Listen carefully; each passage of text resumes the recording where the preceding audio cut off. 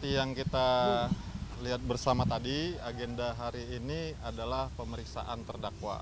Jadi empat-empatnya terdakwa diperiksa, termasuk klien kami ya, Jonathan Frizzy atau Ijo. Ya, tadi udah disampaikan juga. Jadi selama proses ini akhirnya teranglah semua fakta-fakta peristiwa yang terjadi selama ini. Di mana Ijong juga menyatakan bahwa yang pertama, dia menggunakan sesuatu atau vape ya, yang pada saat itu diketahuinya adalah vape yang bukan, atau dia tidak tahu apa kandungan di dalamnya. Yang pertama. Dan yang paling penting kami kira dengan kami rasa dengan kejujuran dan keikhlasan dia tadi disampaikan bahwa dia bahkan memberikan pesan ya kepada masyarakat bahwa intinya agar permasalahan ini hanya terjadi terakhir itu di dia. Jangan ada lagi yang kena seperti dia, tidak mengetahui apa di dalamnya, vape ya terutama. Dan ternyata ketika diketahui belakangan, dia harus menerima konsekuensi paling tidak hingga saat ini dia berada dalam tahanan. Kalau tidak salah dari awal bilang awalnya belum mencoba yang 10 itu. Nah, artinya memang mencoba itu sudah sih.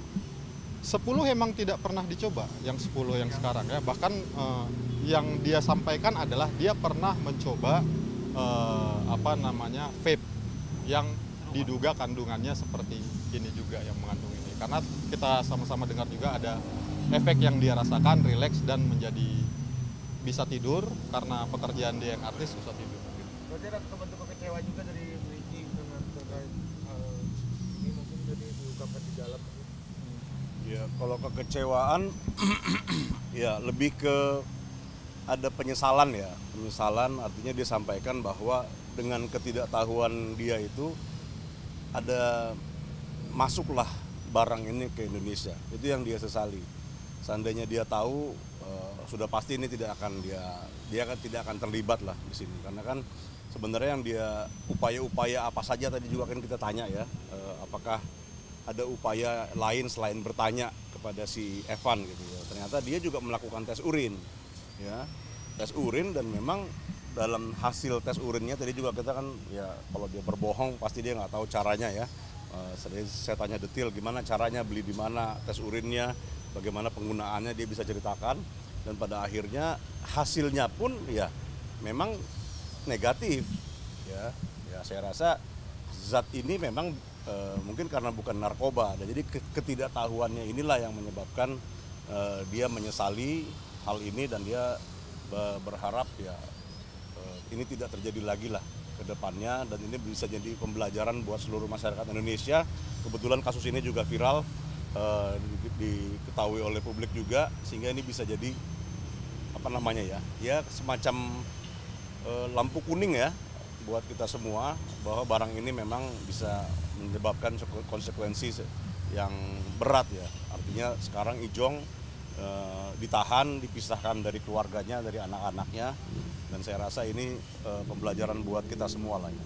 Pernah mencoba vape yang serupa, nah itu apakah sudah jauh sebelum ada peristiwa ini atau sebenarnya pas pertama kali tahu ada vape yang serupa yang dia pernah coba yang sampai bisa mengantuk, bisa rileks? Ya itu kejadiannya di Bangkok ya, di Bangkok itu sekitar bulan apa itu ya? 2024 ya, 2024. Nah, dan memang pada saat itu dia sedang bersama-sama dengan terdakwa Evan juga, ya itu 2 kali dia ditawarin coba, ya hanya itu aja sih. Artinya vape yang sama yang di Justin yang. Nah itu sama persisnya kita nggak tahu, karena kan kalau efeknya yang sana seperti itu dan kebetulan yang sekarang kan bermasalah nih. Nah apakah isinya sama itu Ijong nggak tahu. Tapi yang Justin sekarang udah dari Bangkok ya? Dari apa gimana? Yang Justin sekarang yang bermasalah itu sama dari Bangkok ya? Bukan. Kalau yang ini dari KL. Ya. Tadi Mahfud juga mengungkapkan terkait katanya sudah hancur dalam kasus ini setelah diterima kasus ini gitu. Mungkin sebegitu pengaruhnya kah gitu sampai hal seperti itu? Ya tentunya dampaknya bagi Jonathan sendiri sudah disampaikan hidupnya hancur, dia memiliki 3 orang anak yang mestinya dia bisa bertemu dengan anaknya, dengan dia ditahan sekarang dan karena akibat ketidaktahuan dia, dia sekarang berada di dalam tahanan dan tidak bisa bertemu dengan anak-anaknya dan juga tidak bisa bekerja dan memberikan nafkah. Itulah yang membuat Jonathan menyesal dan merasa hidupnya hancur gitu. Karena biar bagaimanapun dia sebagai seorang bapak ya pasti ada keinginan untuk bisa sering bertemu dengan anak-anaknya. Namun dengan ditahan ini ya dia tidak bisa bertemu dengan anak-anaknya gitu. Untuk sekarang mungkin dari pihak keluarga atau anak itu sudah ada yang menjenguk belum sih, Pak?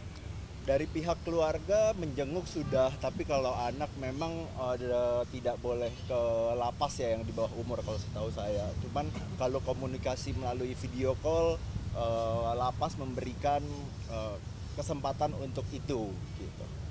Bang, anaknya Ijong sendiri dirawat sama siapa, Bang? Ibunya apa? Itu saya kurang tahu, mungkin sama ibunya ya. Banyak netizen yang berkomentar bahwa kalau penampilan Ijong ini lebih lusuh, lebih tidak terurus. Nah, apakah dari keluarga tidak terlalu mengurusi untuk membawakan something ke lapas atau seperti apa? Kalau dari penampilannya Ijong sendiri, dari keluarga memberikan pakaian yang layak, memberikan makanan yang layak setiap hari juga. Cuman kalau dari penampilan yang sekarang kurang layak di mata masyarakat, itu dari Ijongnya sendiri, mungkin dia tidak cukuran atau apa gitu, mungkin ada keterbatasan di situ gitu. Ada pengaruh dari sakitnya mungkin, apakah sudah pernah kambuh lagi atau seperti apa? Kalau dari sakitnya sendiri sampai saat ini dia masih mengeluhkan ada sedikit sakit, tetapi ya tidak berlanjut dari seperti yang pertama, tidak ada pendarahan seperti yang awal-awal disampaikan gitu. Untuk kanker apakah ada pengobatan khusus sampai sejauh ini? Sampai sejauh ini tidak ada pengobatan untuk kanker khusus yang diberikan ke Ijong di lapas. Cuman setelah proses ini mungkin dia akan melakukan pemeriksaan lebih lanjut terkait indikasi kanker yang sempat disebut itu. Agenda minggu depan apa, Bang? Agendanya minggu depan itu tuntutan dari jaksa gitu. Oke, yuk. Oke. Lompat berarti ya, Bang ya? Ya. Iya, Bang. Terima kasih banyak. Siap. Yuk, standby pintu.